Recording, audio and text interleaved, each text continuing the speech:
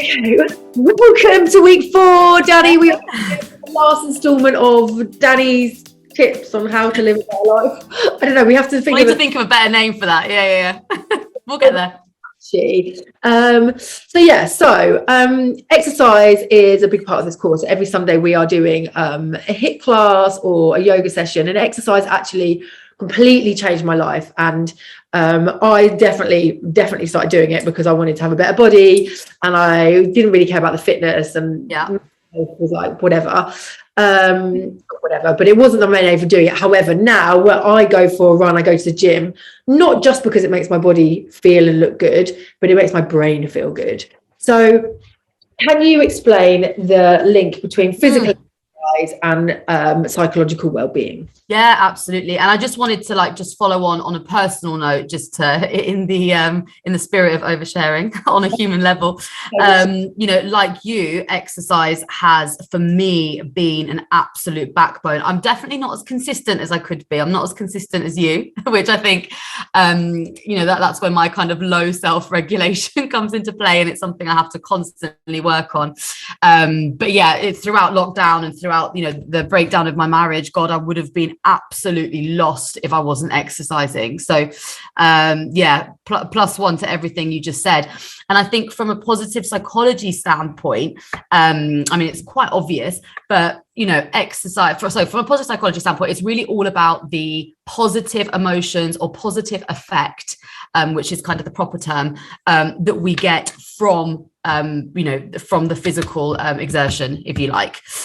So there is a leading positive psychologist, Barbara Fredrickson, who looks exclusively at the benefits of enhancing positive emotions and positive effect. It's a really nice little theory. You can find it really easily online if anyone wants to look into it a bit more. And it's really all around, in a nutshell, the fact that increasing positive effect, it's all about the life-changing, about how life-changing it is to really continually increase your positive emotions and positive effects. So essentially, if we feel better and we feel happier, it essentially results in an increase in self-worth and self-efficacy, which then results in a higher level of mastery in everything that we're doing in our life. And then that in turn means that we're kind of completely flourishing. There is another term for that. I can't quite remember what it is off the top of my head, but it's basically once you reach that absolute flourishing state, you're essentially in the position where, you're living your best possible life more often than not. So why wouldn't you want to be in that position? Like all of us would, right? That's the end game. And we know how efficient and effective exercise is in increasing positive effects. So really, we need to be moving as much as physically possible. That's just what it comes down to. I don't know whether did you want to jump? Were you going to say something there, Jo? No. Okay. I was going to say, you look like you were going to say something. No, but I was going to say about the flourishing thing. Once you get to you are flourishing at the top, then I think that then gives you the confidence as well to be like, right, let's level up. Let's go to the next. Do that's more. I'm flourishing as me now, and this is wonderful. And now, what can I do? Can I go and do a master's? Can I go and read? Can I train to be an Olympian? What's my next thing? Yeah, but can you leave the toxic friendship? Now you've got the confidence to do that, or can you absolutely say no to a friend who's always oh, come on, let's go get mashed up, let's go to the pub? You're no, actually, I feel confident in myself that I don't want to do that. Can you say no to doing the things that are bad for you and level up go to the next level? Completely. That is what the theory is all about, by the way. And it seems almost ridiculous, bizarre to be what exercise, how's that really, that's not going to allow you to do that, but it's one of the easiest ways to significantly increase, and I'm not going to go into metrics and data and research, but you can read about it. It is literally one of the easiest ways possible to significantly increase our positive effects and our positive emotions. So it's hugely important, not just for our physical well-being, but also mentally. And I think it's just, for me, it's just done. I cannot even understand why people wouldn't exercise. When I hear somebody doesn't exercise, I'm just almost but why wouldn't you? And I get that it's hard. I do. It takes time, but it makes so many other aspects of my life easier. So for that, Completely.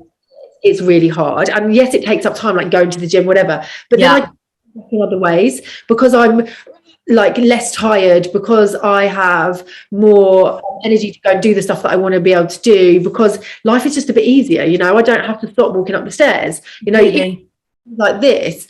And I feel fucking good about myself. Like I feel like I've accomplished something. I feel strong.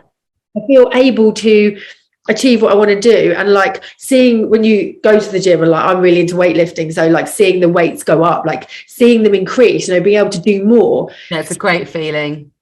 Makes you feel like I'm getting stronger. And really, as humans, we all need to move, but we are designed to be strong, you know, and to like really, we haven't changed in like millions or thousands of years. We are, you know, I know that obviously there's lots of things about us that have changed, but we are the same people, you know. It is one of our basic requirements to not fucking sit on the sofa all day and eat food and watch TV, completely indulge in behaviours which are just behaviours, you know, rather than like the caveman behaviours, which includes, you know, picking up big rocks and walking across from one side of the place to the other, or, you know, lifting big things. And you know, also it keeps us healthier for longer, you know. When as we get older, we want to make sure we can still pick up our shopping bags, we can still walk up the stairs, and we're not our grandchildren. No, you're quite right. But I think sorry. One thing, I think it's a bit of a delay with this, Sue. I feel like you're about to say something and then you're not. So maybe I'm on the edge of my seat with it. On the edge of your seat. But I think in the spirit, I just wanted to add one thing. I think in the spirit of expressing compassion and being kinder to ourselves, which is something that I clearly feel quite passionate about. So keep bringing the weekly tips back to that. You know, and I think, you know, there are very, you know, you alluded to the fact of, you know, why would we not just want to exercise? Of course, why would you not? I think it's all just taking a minute to recognize that there are a lot of different reasons as to why people feel they are unable to. And from a psychology standpoint, there are actually different theories. So there's like the theory of reasoned action, the theory of planned behavior, and it kind of explains why sometimes it's not as easy as just do it. So I think in the spirit of kind of understanding that and being compassionate towards ourselves, it's recognizing that, yeah, you're not going to go from nil to, you know, going for 10K runs, right? I think you said this, Jo, about like taking the stairs. It is just about small achievable daily interventions to become more active. So taking the stairs, you know, a short 10-15 burst of activity, you know, creating safer environments for people to feel comfortable. So, you know, we're not, you know, saying that we need to all be, you know, Olympians from the day that we decide we want to exercise more, because that is an unachievable goal, and that will probably do more damage than good. Yeah, for sure. I mean, when I first started running, I literally went for 10-minute runs a day, and I started because I got kicked out of my flat, lost my job, I had to move back in with my parents, like nothing, and was like, and I couldn't sleep. Like I was super depressed. I was massively taking drugs, and I moved back to my parents, and I had to be sober because, well, I was at my parents. Or any access to drugs. I did have access to booze, but that's never really been my thing. But I couldn't sleep. Like I was literally just lying awake every night, and I was like, well, you're gonna have to exhaust yourself physically. But instead of going, oh, I'm gonna run a marathon, or oh, I'm gonna go for 10K, I literally went for 10-minute runs around the block. And that was probably hard. And it was fucking well hard. It wasn't even a mile. Like it was so hard, but slowly I got better, and slowly I started to make myself feel better, and slowly it just became something that then I just did. And this was like 12 years ago now, and I still now run. Like I don't run as much now. Like this summer has been particularly bad for running, but I have my reasons. But I still love going to the gym. Like I still love exercise, still love moving, and it's something that has been ingrained in me. And it's sort of like you change your brain from being like someone who doesn't like any of these things to being someone who does, because you know, like one run is not going to change my body, you know. So I don't do it for that anymore. It's now down my brain, and I will go for like a 3-kilometer run, which takes me about 15 minutes, and that's enough, you know. It make me go, oh, I'm so glad I did that, wicked.